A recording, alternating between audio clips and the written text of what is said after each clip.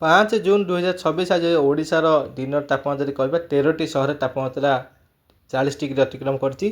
ସର୍ବାଧିକ ଯଦି ତାପମାତ୍ରା ବୌଦ୍ଧ ଜିଲ୍ଲାରେ ଯଦି କହିବା 41.7 ଡିଗ୍ରୀ, ସମ୍ବଲପୁରରେ 41.2 ଡିଗ୍ରୀ, ଅନୁଗୁଳରେ 41.1 ଡିଗ୍ରୀ, ଭୁବନେଶ୍ୱରରେ 41.1 ଡିଗ୍ରୀ, ଝାରସୁଗୁଡ଼ା 41 ଡିଗ୍ରୀ ଏବଂ ତାଳଚେର ଯଦି କହିବା 41 degree, Balangir 41 degree, Nayagarh 41 degree, Paralakhemundi ଯଦି କହିବା 40.6 ଡିଗ୍ରୀ ଏବଂ ହୀରାକୁଦ ଯଦି କହିବା 40.5 ଡିଗ୍ରୀ, ଢେଙ୍କାନାଳ 40.4 ଡିଗ୍ରୀ ଏବଂ ଟିଟିଲାଗଡ଼ ଯଦି କହିବା 40 ରେକର୍ଡ଼ କରିଥିଲା ବେଳେ ଖୋର୍ଦ୍ଧା ଜିଲ୍ଲାରେ ଖୋର୍ଦ୍ଧାର କଥା କହିବା 40 ଡିଗ୍ରୀ ରେକର୍ଡ଼ କରେ। ସେହିପରି ଯଦି କହିବା ଭବାନୀପାଟଣା ଯଦି 39.6 ଡିଗ୍ରୀ ରେକର୍ଡ଼ କରିଥିଲା, ସୁନ୍ଦରଗଡ଼ ଯଦି କହିବା 39.6 ଡିଗ୍ରୀ, ଚାନ୍ଦବାଲି 39.6 ଡିଗ୍ରୀ, ଜଗତସିଂହପୁର ଯଦି କହିବା 39.5 ଡିଗ୍ରୀ ଏବଂ କୋରାପୁଟ ଯଦି କହିବା 39.4 ଡିଗ୍ରୀ ଏବଂ କଟକ ସହର ଯଦି କହିବା କଟକରେ 39.4 ଡିଗ୍ରୀ। ଏହିପରି ଭାବରେ କହିବା ବିଭିନ୍ନ ସ୍ଥାନରେ ତାପମାତ୍ରା 40 ଡିଗ୍ରୀ 39 ଡିଗ୍ରୀ ତାପମାତ୍ରା ରେକର୍ଡ଼ କରାଯାଇଛି।